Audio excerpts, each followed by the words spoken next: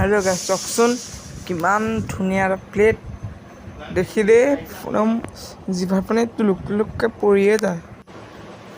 আজি মানে পাপাই মানে টাউনৰ পৰা মানে এখন মানে ৰুটি প্লেট লৈ আহিলে চাওকচোন। ৰুটি চব্জি ধেৰ কিবা কিবি আছে ক'বই নোৱাৰোঁ, চাই লওক আৰু পিছত একামৰ মুখত ভৰাই চালোঁ যি যে খোৱাটো আয়ো এইটো খোৱাত ক'তোৱে নাপায় আৰু আয়ো পিঠাই চিং চিং ইমানেই ৰুটিখনতে অকণমান অসন্তিহে পালোঁ আৰু তথাপিও বাপেকে চলাই দিলোঁ।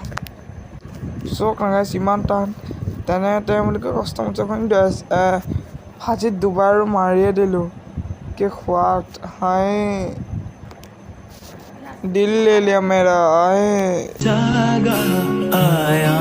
এইটো পৰা কি গাইছ যিয়ে নহওক চাটনিত ডুবাই পিনাই সদায় ভৰাইহে দিলোঁ আৰু কি যেন সোৱাদ। তাৰপিছত চাওকচোন খাওঁতে লাহেকৈ শেষ হ'বলৈ আৰম্ভই কৰিলে। তোমাৰে কোলাতে দেখিলোঁ সপোন নহ'ল কোনো যে আপোন